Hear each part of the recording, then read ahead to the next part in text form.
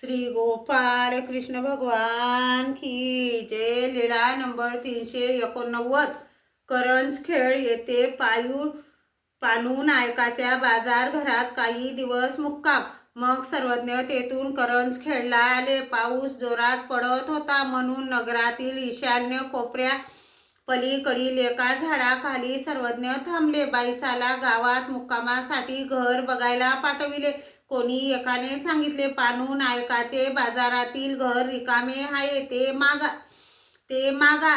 बाईसा त्यांच्या घरी गेली आणि बाईसाने विचारले, अहो तुमचे बाजारात घर आहे, ते आमच्या बाबांना मुक्कामासाठी द्याल?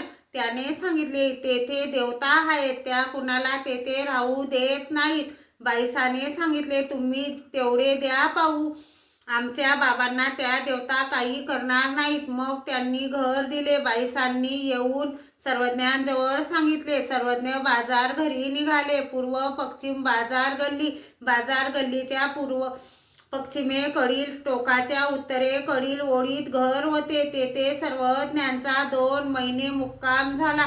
दक्षिणेकडील बाजाराच्या